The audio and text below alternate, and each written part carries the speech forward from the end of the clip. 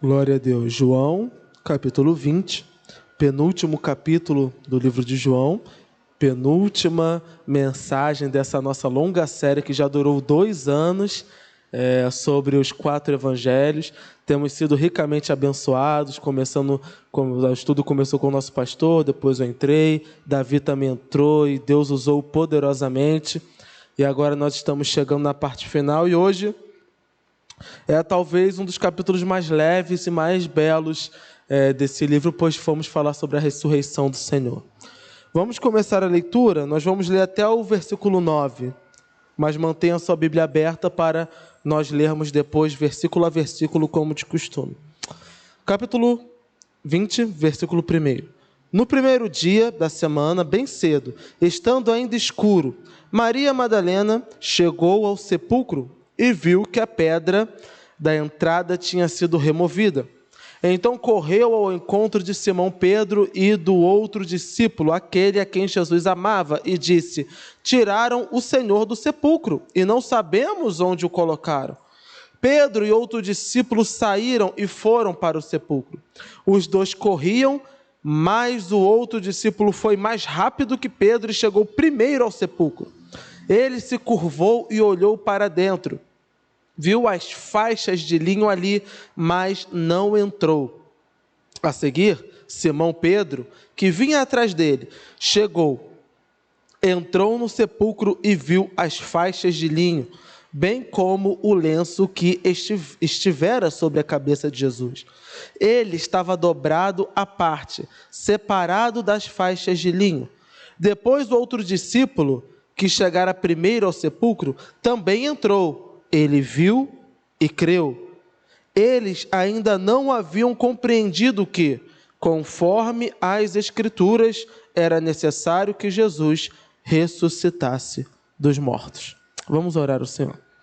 Santo Deus, amado Pai, pedimos agora que o Teu Espírito Santo conduza esse momento, prepare os nossos corações para que possamos receber a Tua palavra, Senhor. Fala, Senhor, a Tua igreja. Viemos aqui para ouvir a Tua voz, aprender mais de Ti e sermos pela Tua palavra renovados, transformados. Oramos a Ti, ó Deus, pois cremos na Tua palavra e sabemos que servimos a um Deus vivo, que venceu a morte e reina para todo sempre. Obrigado, Senhor, pela Tua graça derramada sobre nós. No nome santo de Cristo Jesus. Amém. O irmão pode se sentar. Se eu falar de vez em quando um pouco alto, irmão, me perdoe. Estou com esse ouvido aqui entupido, entrou água, então não estou ouvindo muito bem desse lado. Então, se eu estiver um pouco exaltado, eu peço a sua compreensão. No capítulo anterior, talvez um dos capítulos mais pesados dessa narrativa de João, nós vimos um pouco do que foi o sofrimento de Cristo Jesus. Dizemos um pouco porque o relato bíblico em todos os evangelhos, eles se limitam apenas a narrar o fato e não a mostrar detalhadamente o quão sofrido era tudo aquilo. Mas quando nós vamos estudar, e o Davi falou alguns detalhes aqui na semana passada, o fato histórico do quão horrível era a morte de cruz, nós vemos o quanto Cristo sofreu e se humilhou por amor a nós. Por que Cristo morreu? Por que Cristo teve que entregar a sua vida? Porque o salário do pecado é a morte. E toda a humanidade, por pecar, por nascer em pecado, já nasce condenada a essa morte, a morte espiritual, a condenação eterna. E por amor à humanidade, Deus envia o seu Filho amado. E assim como lá antigamente, na época da lei, para que o pecado fosse perdoado, o pecador colocava a mão num cordeiro imaculado, sacrificava o cordeiro, e o cordeiro fazia a substituição, ou seja, era como se o inocente estivesse morrendo no lugar do pecador. Da mesma forma, Jesus Cristo fez isso. Ele veio como Cordeiro Santo de Deus, que tira o pecado do mundo. Ele assumiu o nosso lugar na cruz. Então a sua morte ela foi substitutiva. Ele morreu na cruz, levando sobre si os nossos pecados. É por isso que Isaías fala: o castigo que nos traz a paz estava sobre ele. Pelas suas pisaduras nós fomos sarados. Então Jesus Cristo toma para si a condenação que deveria ser nossa. E através da sua morte, a ira de Deus sobre o pecado foi apaziguada. Ou seja, Deus pune o nosso pecado em Jesus. E através de Jesus, hoje nós não temos mais condenação. Podemos dizer verdadeiramente, estamos livres da condenação. Em Cristo Jesus nós somos livres do pecado, nós somos livres da condenação do inferno. Isso significa que nós deixamos de ser pecadores? Não. A nossa natureza permanece pecadora, mas a condenação que deveria vir sobre nós foi sobre Jesus Cristo. É por isso que a Bíblia fala que nós temos um advogado nos céus que intercede por nós, é Jesus. O sangue de Cristo Jesus fez expiação do nosso pecado. Então é esse sacrifício de Cristo, é o que Ele fez na cruz, que nos define como igreja e que nos faz cristão. É impossível ser cristão sem crer no sacrifício de Cristo Jesus. É impossível ser cristão sem reconhecer que a nossa salvação vem de Cristo Jesus. Para Cristo, por meio dele, para ele foram feitas todas as coisas. A igreja é de Cristo, tudo pertence a ele. E por que João precisa novamente reescrever essa narrativa que já foi escrita 3 vezes? Já haviam 3 evangelhos. Por que João precisou escrever um novo evangelho? Porque na sua época estavam entrando muitas heresias dentro da igreja, principalmente o gnosticismo, que pregava que a natureza é pecadora e por ela ser pecadora, Deus não poderia ter tornado-se carne. O que significa que Jesus Cristo não era Deus. Ele era um profeta, ele era um homem, mas ele não era Deus. E essa heresia estava nascendo dentro da igreja.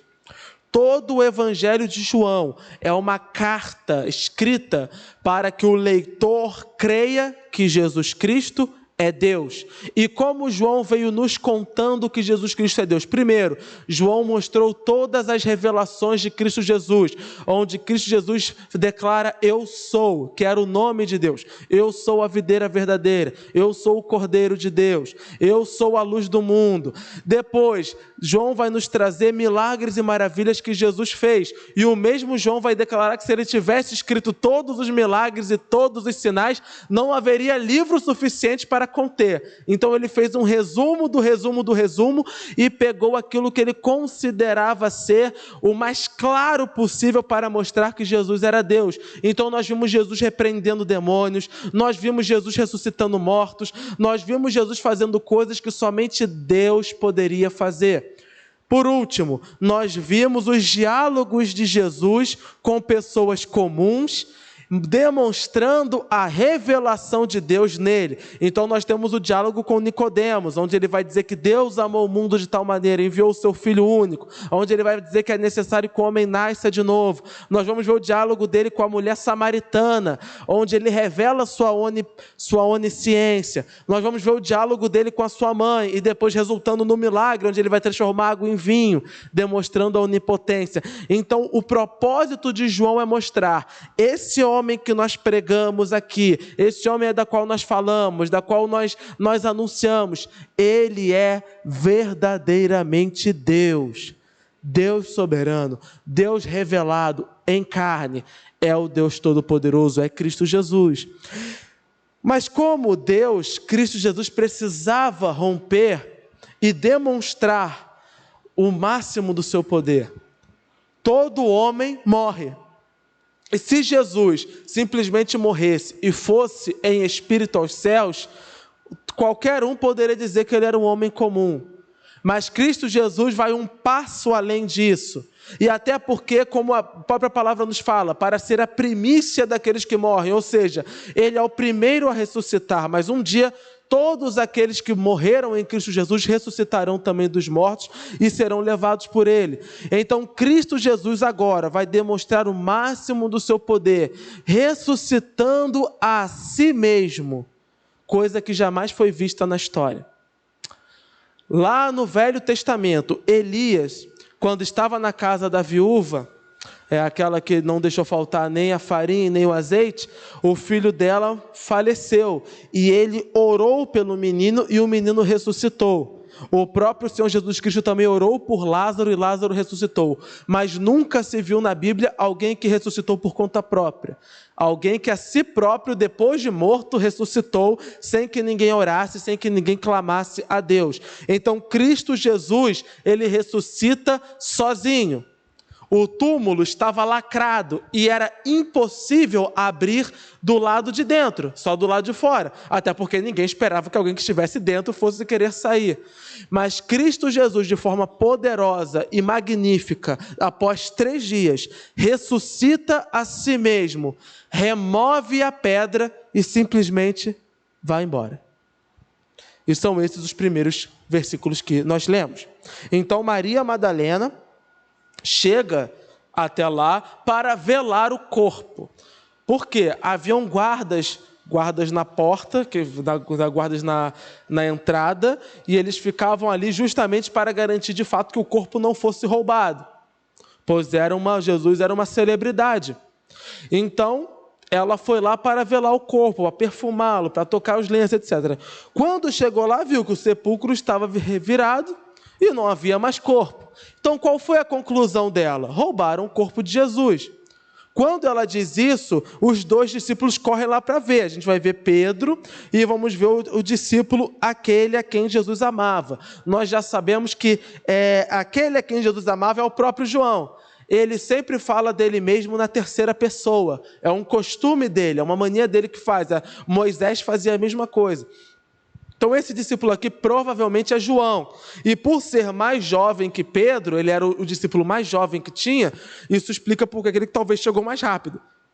Ele foi correndo porque ele queria saber que negócio era aquele. E quando chegou lá, de fato, eles viram que o sepulcro estava vazio. E daí eles creram. Mas eles creram no quê? A princípio eles não creram na ressurreição. Eles creram no que Maria Madalena falou, que o corpo foi roubado. Eles não creram que Jesus havia ressuscitado. Então, quando eu falo assim, eles creram, por isso que no versículo 9 temos esse parêntese aqui dizendo: eles ainda não haviam compreendido que, conforme a Escritura, era necessário que Jesus ressuscitasse dos mortos. Então, ele creu no quê? Ele creu no que Maria Madalena falou, o corpo não estava mais lá. Mas vejam como os detalhes já deixam claro que o corpo não poderia ter sido roubado. Quem roubou o corpo desenfaixou, dobrou e deixou restos mortais muito bem guardados e armazenados a ponto que eles não estavam cheirando mal e nem sujos. Ou seja, era impossível que isso tivesse acontecido. Se fosse de fato um cadáver, depois de 3 dias, todas essas faixas provavelmente já estariam grudando-se à pele. Então, o fato de Jesus ter tirado isso, dobrado, é como se fosse alguém que acordou de manhã na cama, dobrou os lençóis, colocou ali e saiu para trabalhar. E qual é o trabalho que Cristo Jesus fez? Nós vamos ver a partir de agora, versículo 10. Os discípulos voltaram para casa, os 2 discípulos. Maria, porém, ficou à entrada do sepulcro, chorando. Enquanto chorava, curvou-se para olhar dentro do sepulcro e viu 2 anjos vestidos de branco, sentados onde estivera o corpo de Jesus, um à cabeceira e outro aos pés. Eles lhe perguntaram: mulher, por que está chorando? Levaram embora o meu Senhor, respondeu ela, e eu não sei onde o puseram. Nisso, ela se voltou e viu Jesus ali, em pé, mas não o reconheceu. Disse ele: mulher, por que está chorando? Quem você está procurando? Pensando que fosse o jardineiro, ela disse: se o Senhor o levou embora, diga-me onde o colocou e eu o levarei. Jesus lhe disse: Maria. Então, voltando-se para ele, Maria exclamou em aramaico: Rabone, que significa mestre. Jesus disse: não me segure, pois ainda não voltei para o Pai. Vá, porém, a meus irmãos e diga-lhes: estou voltando para meu Pai e Pai de vocês, para meu Deus e Deus de vocês. Maria Madalena foi e anunciou aos discípulos: eu vi o Senhor, e contou o que lhe dissera. Maria não reconhece Jesus a princípio. Nós temos várias explicações para isso. Tanto a questão espiritual, como também a questão física. Ela estava em total desespero, chorando, e jamais imaginaria que quem estava falando com ela era o próprio morto que havia ressuscitado. Então ela já se deparou com 2 anjos ali dentro. E o termo, por ter falado que eram anjos, e pela forma que eles estavam, provavelmente ela identificou que não eram pessoas comuns. Ela olha para eles e eles perguntam: mulher, por que está chorando? E novamente um homem atrás dela fala: mulher, por que está chorando? Quem você está procurando? E ela pensou que fosse o jardineiro. Falou: levaram o Senhor. Se foi você que levou, me fale onde está, e eu o levarei. O que ela estava passando naquele momento era provavelmente o que todos os discípulos estavam passando. Uma completa sensação de abandono e totalmente perdida, sem saber o que fazer, pois o mestre havia morrido. E agora? Como vai ser a nossa vida? O que nós vamos fazer daqui para frente? Quase todos eles abandonaram suas casas, quase todos eles tinham as vidas totalmente destruídas, e foi Jesus quem trouxe propósito, quem trouxe razão, e eles creram que Ele era Deus, creram que Ele era Senhor, creram que Ele era o Rei de Israel, e agora Ele estava morto. Então aquela mulher está em total desespero, ela não sabe o que fazer. Então a única coisa que ela encontrou para se agarrar foi um corpo morto. Só havia aquilo de Jesus. Então ela queria ficar velando para evitar que a decomposição acontecesse. Então vejam o desespero que é. Ela ir no sepulcro para tentar impedir que o corpo, aconteça com o corpo aquilo que tem que acontecer naturalmente. Então ela estava em total desespero e totalmente perdida.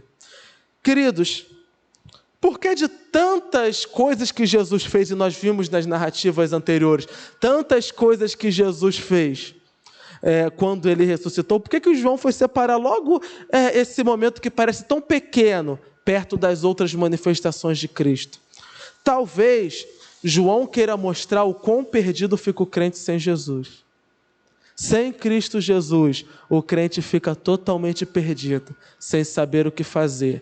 Entregue aos sofrimentos da vida, aos desesperos da vida, ele vê as coisas espirituais, mas não as reconhece. E era isso que a igreja de João estava passando no momento, porque a igreja de João, naquela época, estava longe de Jesus, pois eles não estavam reconhecendo Jesus como Deus. E quando nós vemos essa narrativa e o chamado que Jesus dá, quando Jesus conversa com ela, ela não entende, mas quando ele dá o chamado, Maria, quando ele a chama pelo nome, ela ouve a sua voz e reconhece que ele é Jesus. O que Jesus falou? Eu sou o bom pastor. Por quê? As ovelhas ouvem a voz do pastor. Maria era uma ovelha de Cristo Jesus. Jesus chamou, ela ouviu a sua voz e ela entendeu: o mestre está aqui, ele está vivo. A mensagem do nosso pastor domingo agora foi sobre o chamado eficaz da salvação. Quando Deus chama verdadeiramente o ser humano, quando o chamado de Deus toca o coração a ponto de quebrantá-lo e fazer com que o homem se arrependa dos seus pecados e reconheça Jesus como Senhor e Salvador. Nós chamamos isso de chamado irresistível, graça irresistível. É quando Deus chama e nós sentimos quando isso acontece, porque nós sabemos que ainda que caiamos no pecado e ainda que tentemos nos desviar, tem algo que nos puxa de volta para a presença do Senhor. É Ele chamando o nosso nome. É Deus chamando as suas ovelhas. É por isso que a salvação não vem de nós. E é por isso que nós não podemos bater no peito e dizer que estamos na igreja, que somos de Deus, porque nós somos muito bons, porque nós não temos pecado de forma alguma. Nós só estamos aqui porque Ele nos chamou pelo nome e nos trouxe até aqui, nos trouxe até a sua presença, nos tirou do reino das trevas, nos transportou para o reino do seu amor. Um dia Ele nos chamou pelo nome. Seja quando você estava no meio de uma pregação e isso quebrantou o teu coração, seja quando um familiar seu lhe trouxe para a igreja, ou em qualquer outra igreja, ou seja através de sonhos e visões, como acontece algumas vezes, ou tendo ouvido uma pregação, aí afora alguma coisa aconteceu, e isso transformou o teu coração. Talvez você estivesse frequentando a igreja há muito tempo, isso não tivesse acontecido, e em algum momento aconteceu. Esse é o chamado de Deus, é o chamado de Cristo Jesus. Amados, depois que Cristo verdadeiramente chama a sua ovelha, a ovelha não consegue mais viver sem Jesus. Não consegue. Maria era ovelha de Cristo Jesus e ela não sabia viver sem Jesus. E se Jesus não tivesse ressuscitado, essa ovelhinha aqui estaria perdida, assim como todas as outras estavam. Mas ao terceiro dia, Cristo Jesus ressuscitou dentre os mortos. E é por isso que a sua ovelha, naquela época, a sua ovelha, no período em que João escreveu esse evangelho, e nós, como ovelha de Cristo Jesus, temos firme convicção que não estamos perdidos e largados nessa terra, porque o nosso pastor está vivo, ele ressuscitou. Maria Madalena é o bom retrato do crente que precisa saber que Jesus Cristo está vivo. E por que às vezes é difícil acreditar que Cristo está vivo? Vamos imaginar, nós apenas lemos e às vezes assistimos um filme ou vemos um documentário que retrate mais ou menos como foi a crucificação. Mas vamos imaginar que essas pessoas aqui participaram ativamente daquele momento. Pedro acompanhou o julgamento de Jesus e quase morreu lá, porque estavam perguntando se ele andava com Jesus e provavelmente iriam matá-lo também. João saiu fugido no momento e se não corresse pegariam ele.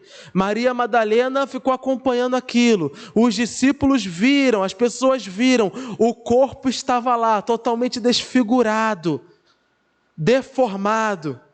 Ele foi agredido, espancado, humilhado. Os seus seguidores estão sendo perseguidos. A igreja estava em pânico. Os discípulos estavam em pânico. Quando o cristão sofre esses momentos, passa por momentos de perseguição, de luta, de batalha, de medo, de terror, de pânico, a nossa fé fica abalada. Pois nós somos pessoas comuns e constantemente somos abalados pelas questões da vida. Eles estavam com o seu emocional, com o seu psicológico, até mesmo com a sua vida espiritual totalmente abalada. Portanto, era muito difícil crer que Jesus havia ressuscitado, porque eles viram uma barbaridade acontecer. Eles viram um massacre acontecer ali e seus corações estão totalmente destruídos com essas visões que eles tiveram. A igreja de Cristo Jesus não pode nunca permitir que o medo, o pânico e que as situações ao seu redor a abalem a ponto dela não conseguir ver Cristo Jesus. É um perigo que a igreja corre, não somente naquela época de desespero, mas também na época de João, que estavam sendo perseguidos pelo Império Romano e crentes estavam sendo queimados vivos para iluminar a cidade. Como também nos tempos de hoje, onde em muitos países aí afora, os cristãos têm sido fortemente perseguidos, assassinados em nome de Cristo Jesus. Quando nós olhamos a situação ao nosso redor e permitimos que essa situação abale o nosso espiritual, acabamos sofrendo o que Maria sofre. Cristo está no nosso lado, mas nós não vemos Ele. Nós só vemos morte e desespero. É por isso que dependemos de Jesus. Precisamos todos os dias clamar a Cristo Jesus: Senhor, acalma o meu coração. Senhor, faça com que eu veja o teu agir no meu dia a dia. Faça com que eu te veja na minha casa. Faça com que eu te veja no meu trabalho. Faça com que eu te veja, Senhor, até mesmo nas situações mais difíceis que eu venha a enfrentar. Senhor, faça com que eu veja o teu agir e a tua presença, porque eu preciso de ti. Precisamos de Cristo Jesus para ter direção para a nossa vida. Versículo 19. Ao cair da tarde daquele primeiro dia da semana, estando os discípulos reunidos a portas trancadas por medo dos judeus, Jesus entrou, pôs-se no meio deles e disse: paz seja com vocês. Tendo dito isso, mostrou-lhe as mãos e o lado. Os discípulos alegraram-se quando viram o Senhor. Novamente Jesus disse: paz seja com vocês. Assim como o Pai me enviou, eu os envio. E com isso soprou sobre eles e disse: recebam o Espírito Santo. Se perdoarem os pecados de alguém, estarão perdoados. Se não os perdoarem, não estarão perdoados. Estava todo mundo trancado, em desespero. Vamos imaginar se fosse agora, nossa realidade. Cortinas tampando as janelas, aquelas portas ali trancadas. Todos nós reunidos aqui apavorados, com medo da morte, com medo de alguém invadir e matar. De repente, do nada, um homem aparece no meio da sala e fala: paz seja com vocês. Quem era? O próprio Cristo Jesus. Estava ali com eles, estava ali naquele lugar. E de fato só há paz no coração quando Cristo está presente. É Ele quem traz a paz. E Ele veio, o príncipe da paz prometido em Isaías, Ele veio acalmar o coração dos seus discípulos. E Ele mostra para eles as mãos e mostra o lado. Que lado é esse? Nós vimos semana passada, o Davi nos explicou. Era costume, quando tinha que matar o costume era deixar que o crucificado ficasse lá até morrer, de fome, sede, com dor. Mas quando havia algum imprevisto que ele tinha que morrer rápido, eles quebravam as pernas, porque o corpo caía, e isso fazia com que fosse asfixiado. Só que a profecia bíblica garantia que os ossos de Jesus não seriam quebrados. Então ele foi espancado, mas seus ossos não foram quebrados. E como a palavra de Deus se cumpre?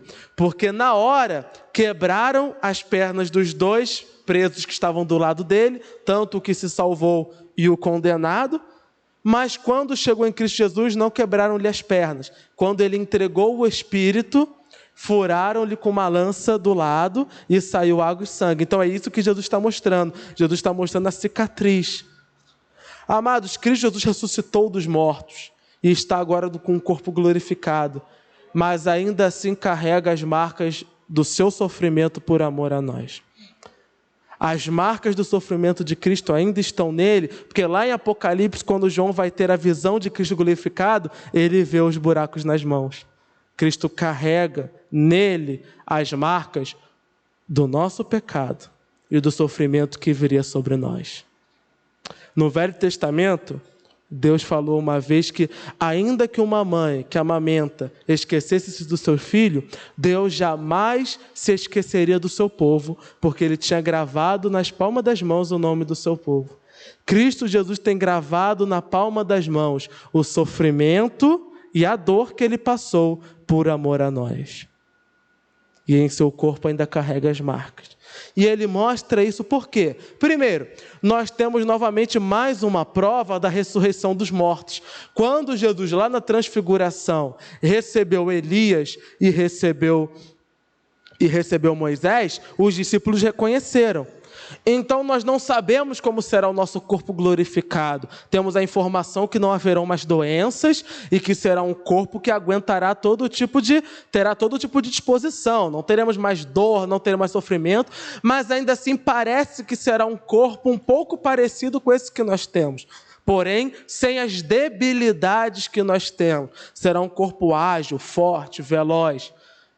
Cristo Jesus demonstra isso, Ele ressuscita dos mortos, mas ainda traz sobre si um corpo que carrega as marcas do seu sofrimento. Quando Ele chega, Ele traz paz ao coração dos discípulos. Ele mostra as provas da sua ressurreição para que eles crescem verdadeiramente, que não estavam vendo um fantasma, um espírito, mas que era mesmo Cristo ressuscitado. Ele entrega a eles a paz de Deus. Paz seja com vocês. Dá a eles a missão. Que missão? Assim como o Pai me enviou, eu envio vocês. Então, Cristo enviou os discípulos para quê? Para fazer o que ele fez na terra. Pregar a salvação, pregar o evangelho para que almas sejam salvas. E ele sopra o Espírito Santo. Como foi que Deus fez o ser humano? O Deus, com toda a criação, Deus apenas deu uma palavra e as coisas foram sendo criadas.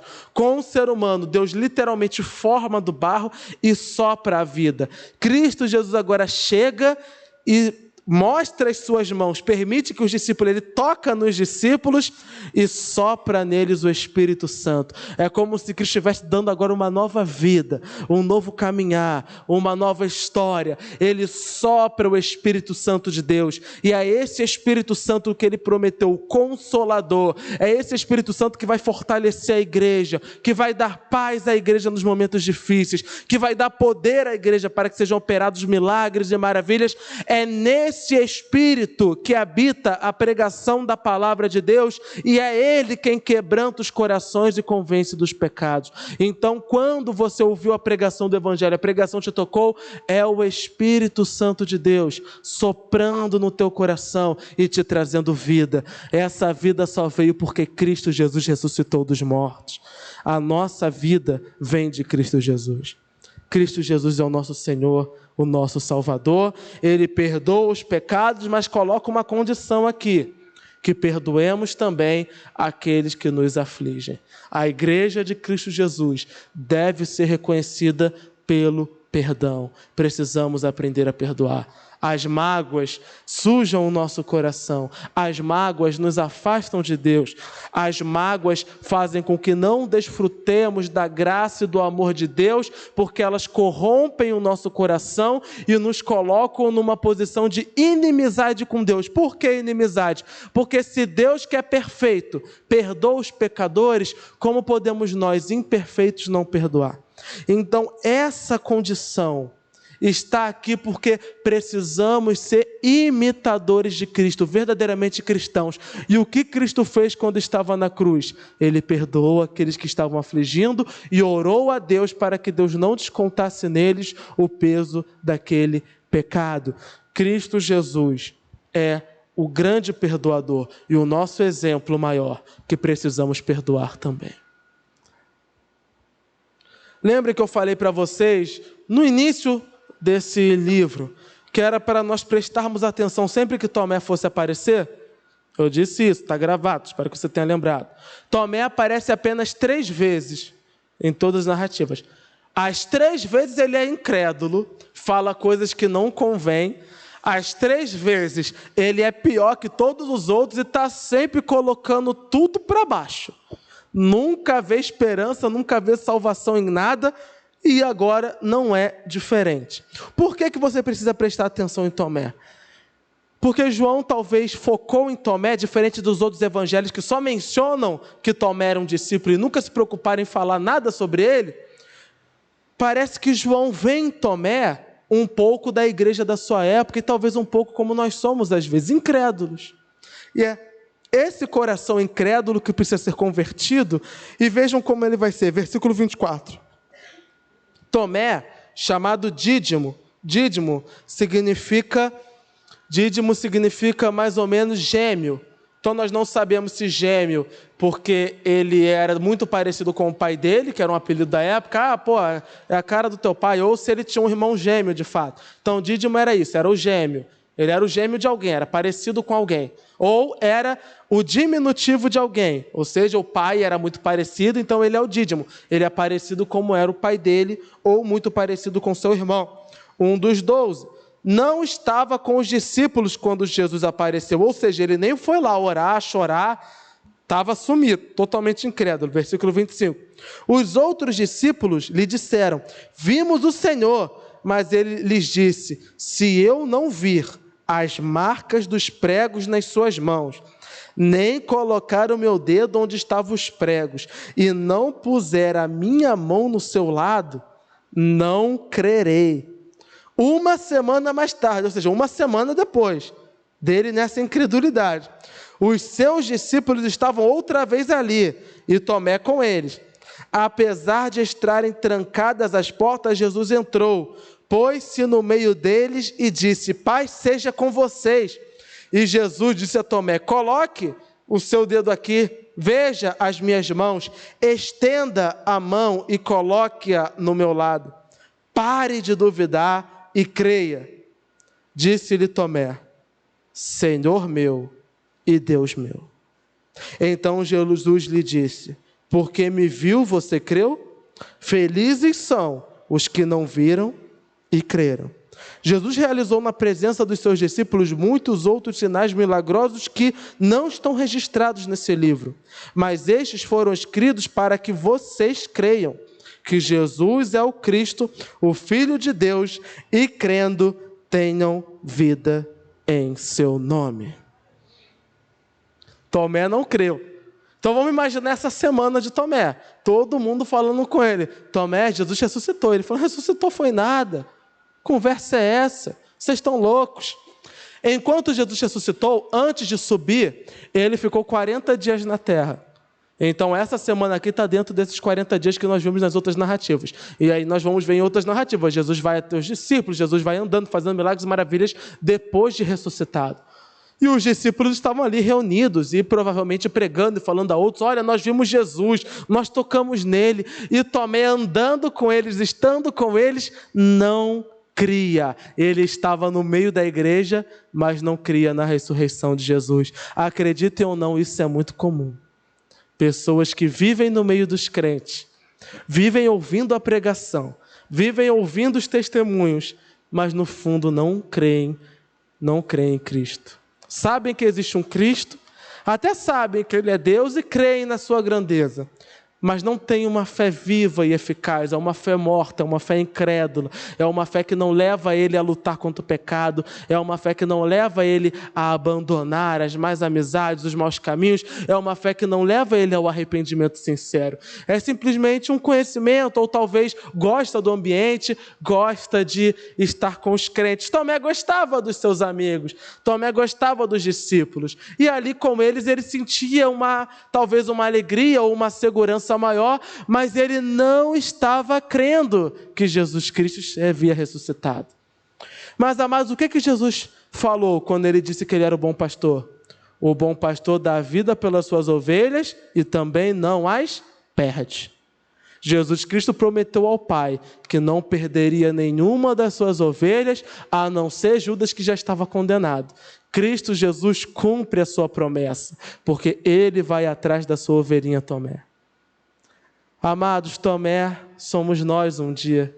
Um dia fomos um Tomé, com um coração tão incrédulo. E quantas vezes nós não ouvimos o Evangelho até verdadeiramente nos convertermos? Talvez anos e anos ouvindo, e nunca acreditamos ou nunca levamos a sério, até que um dia verdadeiramente Deus nos tocou de fato e nós viemos a crer. O mesmo aconteceu com Tomé. A incredulidade dele é a incredulidade que existe em todos os corações. Somente Deus pode quebrar essa incredulidade. E da mesma forma como Jesus chama Maria pelo nome, ele chega aqui, chama Tomé, toca em Tomé, ordena que Tomé toque nele, e quando Tomé sente verdadeiramente e crê verdadeiramente que há Deus ali, Tomé vai fazer a primeira declaração de que Jesus é de fato Deus.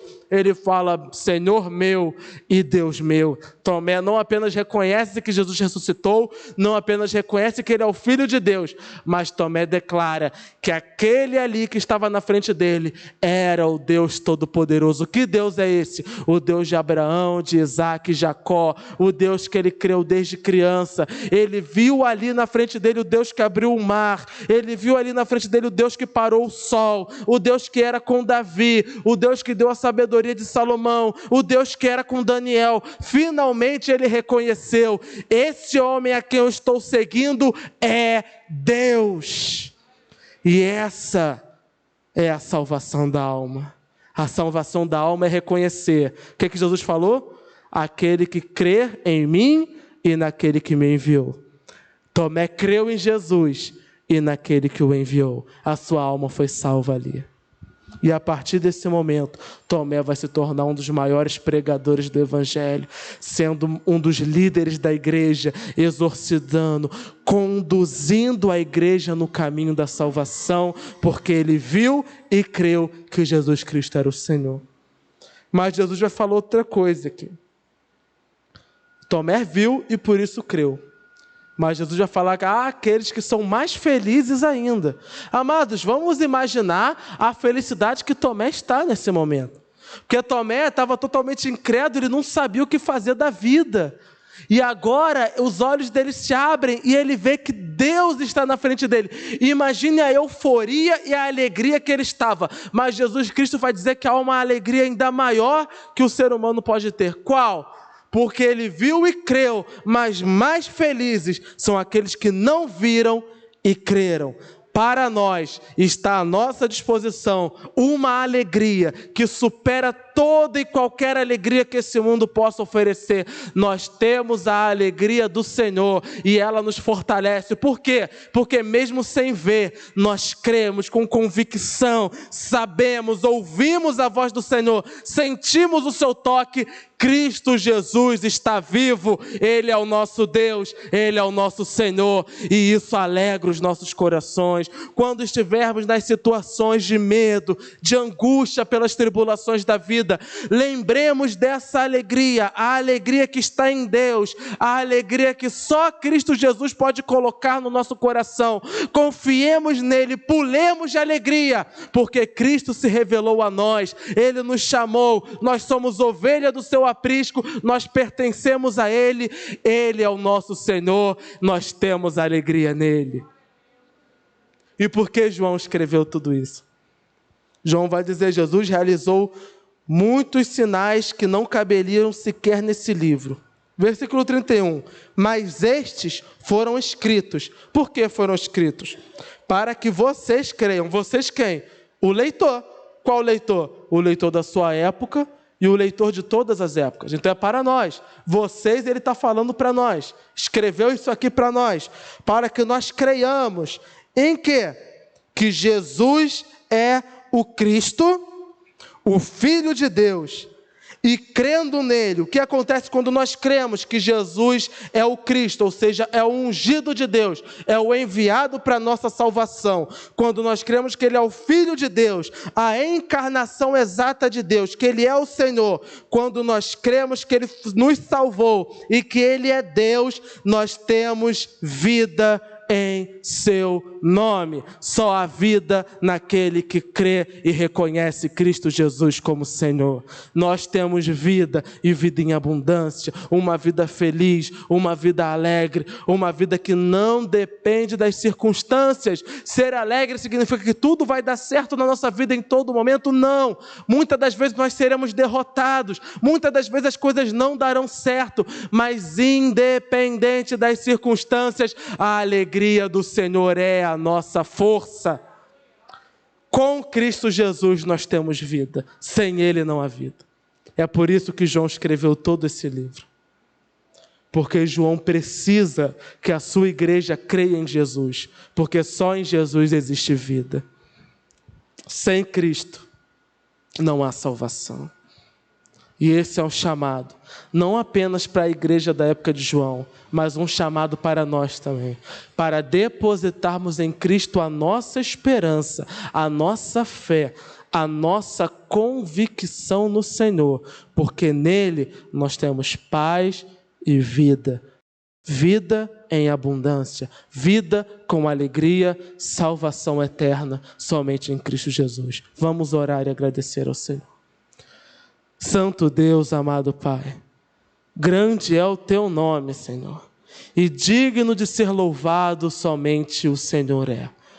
Deus Todo-Poderoso, nós não vimos, Senhor, mas um dia Tu nos chamou, Nos chamou, ó Deus, porque desde antes da fundação do mundo, Tu nos escolheu para sermos Tuas ovelhas, Senhor.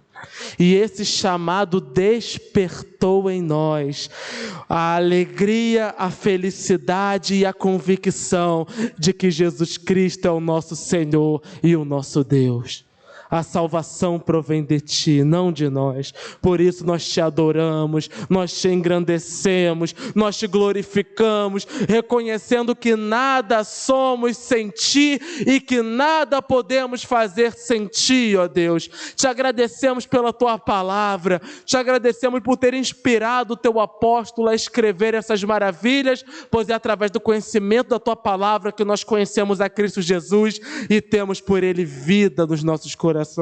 Que nesses momentos tão difíceis, Senhor, que a nossa nação, que o mundo está enfrentando, possamos encontrar alegria e felicidade, não, ó Deus, nos governos dessa terra, não, ó Deus, nas coisas desse mundo, mas na certeza de saber que nós temos um Deus vivo, porque ao terceiro dia ressuscitou e está no governo e no controle de todas as coisas, e ainda que nós não vemos, Senhor, nós cremos, porque Tu nos chamou pelo nome e nos escolheu para sermos Tua igreja. Fortalece a nossa fé, guarda-nos, ó Deus. E ó Espírito Santo de Deus, se ainda há entre nós, ó Pai, corações que assim como Tomé estão um pouco incrédulos. Talvez nós, ó Deus, talvez eu, Senhor, ainda incrédulo das Tuas maravilhas. Quebranta, ó Pai, o meu coração. Quebranta os nossos corações, Senhor, para que possamos ouvir a Tua voz, sentir o Teu toque e reconhecer que só há um Deus e Ele é Cristo Jesus. Estamos aguardando, Senhor, que Tu volte novamente. Não mais, ó Deus, como um morto que ressuscitou, mas como o Deus Todo-Poderoso que virá para buscar a Tua igreja. Estamos Te aguardando, Senhor. Vem, Senhor, e fortalece-nos para que possamos continuar na Tua espera. Te agradecemos no santo nome de Cristo Jesus. Amém. Vamos nos colocar de pé, vamos pedir que o Senhor nos guarde na volta das nossas casas, em nome de Jesus. Deus Todo-Poderoso, ainda na Tua presença, nos despedimos agora uns dos outros, mas sabemos, ó Deus, que jamais estaremos longe da Tua presença.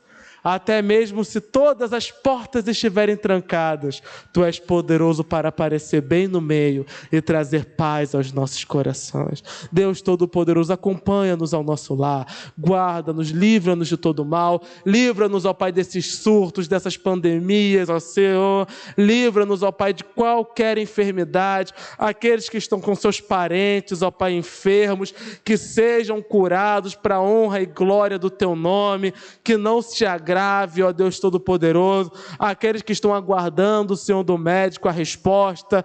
Deus Todo-Poderoso, sê com eles, ó Pai, toca nos corações, Senhor, abençoa, Senhor, a sua saúde e guarda-nos, ó Pai, não apenas das doenças, mas de todos os males desse mundo tão tenebroso. Fortalece a nossa fé, abençoa-nos para que possamos continuar firmes na Tua presença durante esse restante de semana. É o que te pedimos no nome santo de Cristo Jesus, e que toda igreja diga, vamos dar uma salva de palmas ao nome do Senhor. Santo é o Teu nome, Senhor. Glórias a Ti hoje e para todo sempre. Deus abençoe, meu irmão. Vai em paz para casa em nome de Cristo Jesus.